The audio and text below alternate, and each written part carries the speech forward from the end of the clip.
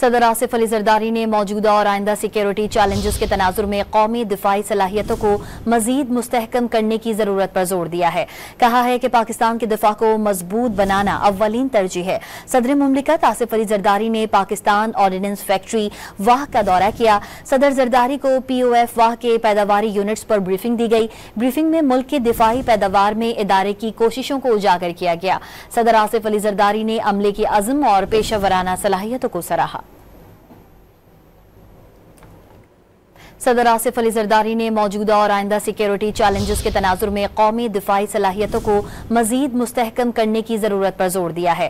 کہا ہے کہ پاکستان کے دفاع کو مضبوط بنانا اولین ترجیح ہے۔ صدر مملکت آصف علی زرداری نے پاکستان آرڈیننس فیکٹری واہ کا دورہ کیا۔ صدر زرداری کو پی او ایف واہ کے پیداواری یونٹس پر بریفنگ دی گئی۔ بریفنگ میں ملک کی دفاعی پیداوار میں ادارے کی کوششوں کو اجاگر کیا گیا۔ صدر آصف علی زرداری نے عملے کی عزم اور پیشہ ورانہ صلاحیتوں کو سراہا۔